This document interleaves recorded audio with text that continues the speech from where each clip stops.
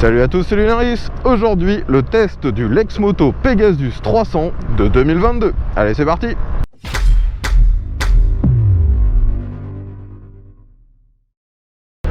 Les amis, aujourd'hui, j'ai une fois de plus la chance de tester un nouveau modèle grâce, cette fois-ci, non pas à un de mes abonnés, mais à l'importateur de cette marque, Lexmoto. Merci à lui. Donc si vous avez regardé, il y a maintenant un peu moins d'un an, les tests des 125 Lexmoto que j'avais pu produire, vous savez que cette marque vend bien sûr des motos. Mais vous ne savez peut-être pas qu'ils vendent également des scooters. Et aujourd'hui, on est sur le Lexmoto 300, qui est, on peut le dire, un maxi scooter. C'est le plus gros vendu actuellement par cette marque. D'ailleurs, pour ceux qui l'ignoreraient et qui découvriraient cette marque sur cette vidéo, Lexmoto, c'est une marque anglaise, mais la production est faite en Chine. Un peu de la même façon que Mash, qui est une marque française, mais qui produit en Chine également, ou Benelli, une marque italienne qui produit elle aussi en Chine. Donc chez Lexmoto, actuellement, le plus gros scooter disponible, c'est ce Pegasus 300. Et on peut voir qu'il s'agit d'une machine assez balèze. Bien que sur les photos, elle ressemble à un scooter tout ce qu'il y a de plus classique, en réalité, elle est un peu imposante cette machine. Et clairement, elle a un look moderne. Ça se différencie pas tant que ça de ses concurrentes, mais on peut voir que sur cette machine, les finitions sont au premier abord assez bonnes. Ce maxi scooter est motorisé par un monocylindre, comme la plupart de ses concurrentes dans ce segment en 300 cm3, et celui-ci développe 26 chevaux. Le poids de la machine tout plein fait est à 177 kg, ce qui la met à peu près au même poids que ses concurrentes. Comme je vous le disais, cette machine m'est prêtée par l'importateur Lexmoto, donc forcément le modèle que je vous présente est strictement d'origine. Il n'y a pas eu d'accessoirisation dessus, elle est exactement pareille que ce que vous pouvez découvrir en concession. Et la bonne surprise lorsqu'on prend les commandes, c'est que bien que ce soit une machine un peu grosse, c'est très facile à prendre en main et on est instantanément bien à ses commandes. On retrouve bien sûr une position très droite comme sur la plupart des machines de ce genre, et on a une facilité de prise en main en ville qui est déconcertante. Le guidon est relativement large, très recourbé vers le pilote, et on a une prise en main exceptionnelle. C'est très simple. Sur cette moto, on peut placer nos pieds de deux façons différentes, soit directement sur le sol, soit un peu en avant en mode cruiser. Personnellement, sur cette machine, je me sens bien avec les jambes vers le bas. La selle est très confortable, très creusée, avec un genre de dossier derrière vos fesses. Donc franchement, c'est la même chose que si vous étiez sur un petit fauteuil. On est très bien accueilli sur cette machine. Et lorsque vous arrivez dans les premiers ronds-points comme moi actuellement, eh bien c'est d'une facilité déconcertante. Cette moto est équipée de roues un petit peu grosses pour le segment. On a du 15 pouces à l'avant en 120 et une roue en 14 à l'arrière en 150. Et franchement, ça rend cette machine très facile, très maniable. On se sent instantanément bien à son guidon. La prise d'info est elle aussi facilitée par la position. On peut se retourner sans lâcher le guidon. Les deux rétros sur cette machine sont placés sur le guidon. Ils sont très sur l'extérieur, donc on voit bien ce qui se passe derrière nous. Mais il est vrai que le problème, c'est qu'ils sont très proches de nous, donc on est obligé de tourner la tête afin de prendre les infos. On n'aurait pas eu ce problème s'ils avaient été fixés sur le carénage et non pas sur le guidon. Étant un modèle strictement d'origine, l'échappement est lui aussi tout à fait standard. C'est un modèle en position basse, il est noir. Franchement, au niveau du look, on voit qu'ils ont essayé de l'intégrer dans le style général de la machine, mais il n'est pas non plus très discret. Et au niveau sonorité, lorsque vous roulez à bas régime, en dessous des 5000 tours, on l'entend très peu cet échappement. On verra tout à l'heure ce que ça donne en montant un peu plus haut dans les tours, mais dans son lieu de prédilection, la ville, le scooter est très très calme.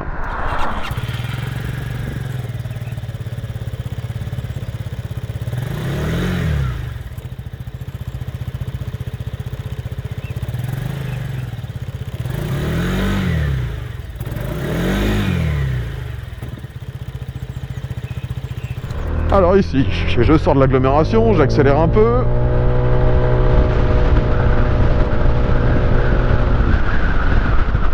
Donc c'est relativement efficace, hein. On réaccélère aussi bien que n'importe quel autre véhicule. La sonorité devient plus forte lorsqu'on dépasse les 6-7 000. Et il y a un peu de vibration aussi qui arrive lorsqu'on monte dans les tours. Pour l'instant, rien de vraiment désagréable. Par contre, je suis tout de suite assez surpris par cette bulle. Déjà, au niveau esthétique, vous pouvez voir qu'elle est fumée. Et ça, d'origine, ce qui est relativement rare. Mais je suis surtout surpris par son inefficacité.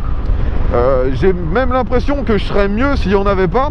Parce que, actuellement, j'ai vraiment l'intégralité de l'air qui arrive sur la moto qui est dirigé directement vers moi. Alors que si j'essaie de me mettre debout, bah finalement j'ai presque moins d'air. La bulle n'est absolument pas adaptée à mon gabarit. J'arrive maintenant sur le virage que je prends à chaque fois à basse vitesse. Et avec ce scooter, vous voyez qu'il n'y a vraiment aucune difficulté. Ça se manœuvre tout seul en fait, hein. Il suffit de regarder quelque part et le scooter y va. Il n'y a pas besoin de mettre de force. On est complètement passif aussi avec les jambes, hein. Ça me surprend. Moi, j'ai pas vraiment l'habitude des scooters. On se retrouve ici de nouveau, bien sûr, pour faire le test d'accélération. Vous connaissez si vous regardez fréquemment mes vidéos. Sur cette machine, on a l'ABS, vu que c'est obligatoire, mais il n'y a pas d'autre aide électronique. Cette moto, je le rappelle, développe 26 chevaux pour un poids tout plein fait de 177 kg. Voyons comment ça se comporte. Allez, on est parti. J'accélère à fond. Donc ça monte tout de suite jusqu'à environ 7500 tours.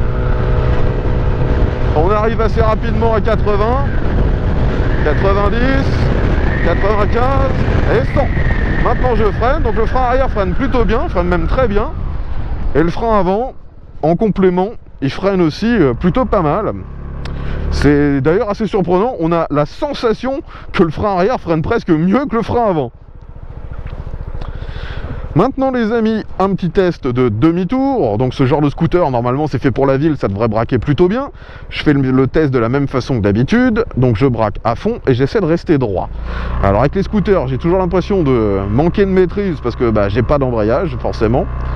Et là vous voyez que je passe limite. S'il y avait eu un trottoir, je l'aurais frôlé. On est reparti pour une accélération et après on refait un bon freinage, voir comment ça se comporte. Allez, let's go, j'accélère à fond. Donc en accélérant à fond, c'est pas brutal lorsqu'on accélère, c'est vraiment super tranquille. Les performances ne sont pas dingues, mais c'est efficace. Et maintenant je vais ralentir, donc frein arrière, ça freine vraiment pas mal. Et le frein avant, c'est efficace, hein. Franchement il n'y a rien à dire. À l'avant, on a un double disque et à l'arrière, un simple disque, mais ça freine très très bien. Le seul défaut sur le freinage, si je pourrais dire, ce sont les leviers. Les deux ne sont pas réglables et ça c'est vraiment dommage. Surtout qu'en plus la sensibilité dans la toute première zone de freinage n'est pas géniale. J'aurais aimé les rapprocher un peu de moi pour pouvoir freiner plus efficacement, plus rapidement. Mais l'efficacité en fait du freinage est quand même plutôt bonne. Maintenant un petit rond-point, donc vous voyez que ça se bascule sans le moindre problème. Prise d'info, rien à dire, et j'accélère à fond. On suit les autres véhicules. Donc finalement, en termes dynamiques, c'est suffisant. Mais c'est vrai que on n'a pas non plus un surcroît de puissance si énorme que ça par rapport à une voiture qui se déplacerait normalement. Et je ne suis pas un gros fan de la sonorité de l'échappement. Lorsqu'on monte à plus de 6-7 000 tours, ça fait vraiment un bruit typé 125 en fait. Sur ce véhicule, les commodos sont extrêmement simples. Sur la gauche, on a tout ce qui gère l'éclairage, le klaxon avec des boutons assez noirs. Et on a sur la droite démarreur, coupe-circuit ainsi que les feux de détresse Le tableau de bord, lui, est divisé en 3 parties. On a déjà 2 gros compteurs à aiguille, un peu à l'ancienne, c'est très facilement lisible, donc ça c'est plutôt pas mal.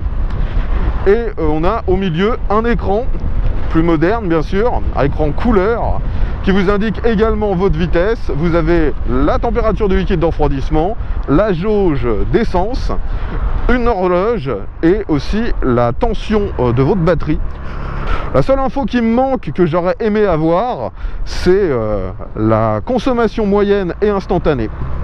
Alors me voilà de nouveau en ville, et ce que j'aime pas trop sur ce véhicule, mais malheureusement c'est quasiment la même chose sur tous les scooters, c'est justement cette transmission par courroie qui donne toujours ce sentiment que le moteur patine un peu dans la semoule, si je peux dire. On sent que c'est pas directement connecté avec votre roue lorsqu'on accélère un peu fort. Mais d'un autre côté, c'est rassurant, c'est pas brutal du tout. Mais la sonorité et les vibrations que ça procure, je suis pas un gros fan. Dans les grands virages, aucune difficulté et le véhicule reste stable. De nouveau, un virage à basse vitesse. Et vraiment, c'est hyper intuitif comme véhicule en fait. On n'a pas besoin de rouler avec depuis très longtemps pour se sentir à l'aise et en sécurité.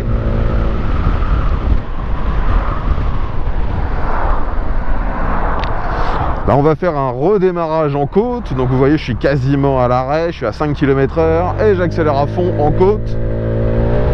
Ça fait pas mal de bruit, on monte à 7500 tours et ça réaccélère pas trop mal par la suite.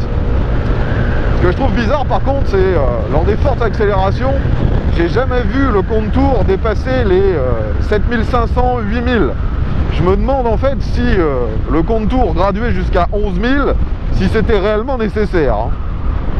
Alors j'arrive maintenant sur un Dodane, comme d'habitude je le prends à 30 km/h. Ouais, l'arrière est un peu raide. Sur ce véhicule, à l'avant, on a une fourche classique, c'est pas une fourche inversée, et elle ne semble pas réglable. À l'arrière, c'est un amortisseur de chaque côté, amortisseur avec une bonbonne séparée, et les amortisseurs sont réglables. Actuellement, je ne sais pas dans quel réglage ils sont, s'ils sont très fermes ou au plus mou, mais lorsque je prends un Dodane, à l'arrière, c'est un peu tape-cul. Là, vous voyez, je suis à peine à 30, et déjà, à l'arrière, c'est raide. On va refaire un petit freinage. Ouais, vraiment, quand il y a besoin, le frein, il est présent, il est rassurant. Aussi efficace devant que derrière, peut-être même encore plus efficace derrière que devant, ce qui est surprenant. Maintenant, une succession de virages, j'accélère à fond.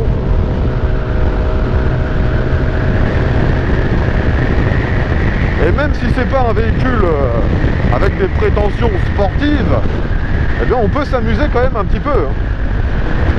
C'est très facile, très manœuvrable. Et à aucun moment je me sentirais en déséquilibre. Parfois certains scooters avec des toutes petites roues donnent une sensation de manque de stabilité. Sur celui-ci c'est pas le cas, c'est vraiment très bien. Par contre, lorsqu'on veut vraiment des sensations, c'est le moteur qui n'est pas forcément suffisamment performant. Mais là, on ne peut pas réellement reprocher ça à ce véhicule. C'est juste tout ce segment de scooters en 300 qui ont des moteurs peu sensationnels. C'est plus fait pour l'efficacité et la ville. Alors ici, on va essayer de réaccélérer et de dépasser ces véhicules.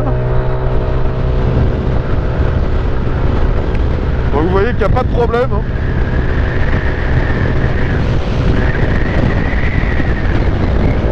Ce que j'adore vraiment avec ce véhicule, c'est la facilité, le sentiment de sécurité qu'il procure alors qu'on est dessus depuis finalement assez peu de temps. Les réactions sont rassurantes, il n'y a jamais rien de surprenant, c'est efficace. La position vous permet de prendre les infos. On se sent réellement en sécurité sur cette machine et c'est une assez bonne surprise. Vous le savez si vous suivez mes vidéos régulièrement, je ne suis pas du tout habitué à ce genre de véhicule. On va maintenant monter sur l'autoroute. Allez, j'accélère à fond. Donc l'accélération n'est toujours pas fulgurante, mais c'est suffisant. Le compte-tour est toujours bloqué vers les 7500. Vous avez pu constater que je remonte à 110 assez vite. Maintenant je vais faire un dépassement, j'accélère à fond.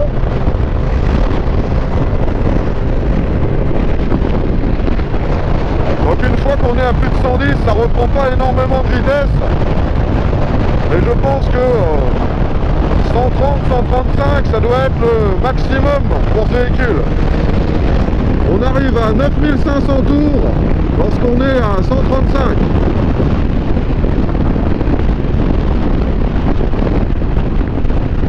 Bon, en termes de protection, comme je vous le disais, la bulle n'est pas du tout adaptée pour moi. J'ai énormément d'air qui arrive sur mon casque. J'en ai assez peu qui arrivent sur les jambes, ça c'est plutôt pas mal. Mais pour faire des longs trajets, il me faudrait absolument une bulle plus haute. Au niveau de l'éclairage, vu que ce véhicule se veut moderne dans son design, tout a été confié à des LED bien sûr. On a d'ailleurs une signature lumineuse assez jolie. À l'avant, il y a des feux diurnes. Les clignotants sont bien sûr à LED. Et à l'arrière, c'est aussi des LED avec des espèces de petites lignes rouges. Esthétiquement, c'est plutôt sympa. Au niveau dynamique, je pense que on a fait un peu le tour des prestations de ce Pegasus 300. Vous pouvez voir que finalement, c'est plutôt une bonne surprise. Maintenant, bien sûr, là où on attend un scooter, c'est pas forcément sur les prestations purement des performances, mais surtout sur ses aspects pratiques. Donc, sur ce modèle, on a un rangement, bien sûr. Il est sous la selle, d'ailleurs la selle est tenue par des vérins, c'est plutôt pas mal. Et en dessous, vous avez un emplacement suffisamment grand pour mettre 2 casques. Donc, franchement, c'est pas mal. Mais, petit bémol, il n'y a pas d'autres espaces de rangement sur ce véhicule. Vous avez aussi une prise USB dans le carénage, ça peut être très utile. Mais malheureusement, il n'y a pas de prise USB dans l'espace de rangement, et ça, c'est dommage. En aspect pratique, on retrouve la béquille centrale, ça c'est vraiment plutôt pas mal pour garer le véhicule en étant certain qu'on ne va pas le faire tomber. Si vous désirez rouler avec un passager, il n'y a bien sûr aucun problème, le véhicule a été conçu pour ça, la selle est très large, elle est plutôt confortable, on a aussi des grosses poignées de maintien pour le passager, donc franchement, rouler à 2 ne sera pas un problème. Au niveau de la consommation, ce véhicule est annoncé à 4 litres au 100, ce qui est normal pour ce genre de cylindrée et surtout pour ce genre de scooter avec une transmission par courroie qui bouffe un petit peu de puissance, il faut l'avouer. Le réservoir, lui, fait une quinzaine de litres, donc vous avez une autonomie pareil qui est dans la moyenne. Donc finalement, que retenir de ce Pegasus 300? Au niveau du look, c'est tout à fait moderne, c'est comparable à ses concurrents. Au niveau de l'équipement, de la puissance, des prestations dynamiques, c'est plutôt pas mal, si ce n'est pour moi les suspensions arrière qui sont un peu trop fermes. Et le gros point fort de ce véhicule, bien sûr, c'est le tarif. Un scooter comme ça, en 300 cm3, si vous prenez les marques japonaises, ça se négocie entre 5 et 6 000 euros, voire peut-être même parfois un peu plus cher. Là, ce Pegasus 300 est distribué pour 4 600 euros. Donc ça le rend vraiment bien moins cher que ses concurrents japonais. Donc si vous cherchez un véhicule de ce genre, fait réellement pour la ville, hein, c'est pas un véhicule fait pour faire d'énormes trajets à haute vitesse, vous l'avez constaté, mais pour la ville, et si vous avez besoin de vous balader avec un passager, eh bien c'est vraiment pas mal. Je pense maintenant avoir fait le tour des caractéristiques de ce Pegasus 300. Si vous avez des questions, vous mettez ça dans l'espace commentaire, il est là pour ça. Si vous avez déjà fait l'acquisition de ce modèle ou si vous l'avez testé, donnez-nous votre retour d'expérience, ce sera très intéressant vu que c'est un modèle qui vient à peine de sortir. Je tiens d'ailleurs encore à remercier l'importateur Lexmoto d'être venu jusqu'ici sur mon lieu de tournage habituel afin que je puisse vous faire un test de ce véhicule. Si vous avez apprécié cette vidéo, pensez à mettre un petit pouce vers le haut, à la partager sur les réseaux sociaux, abonnez-vous si ce n'est pas déjà fait, vu que vous l'aurez compris, je sors très régulièrement ce genre de test. Je vous dis à la prochaine, et surtout, à tous.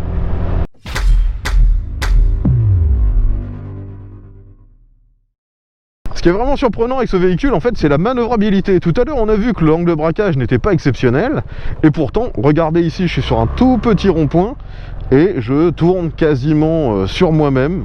C'est vraiment hyper efficace, et on se retrouve pas si vite que ça en butée. Le scooter est facile, hein. Franchement, c'est une bonne machine pour la ville.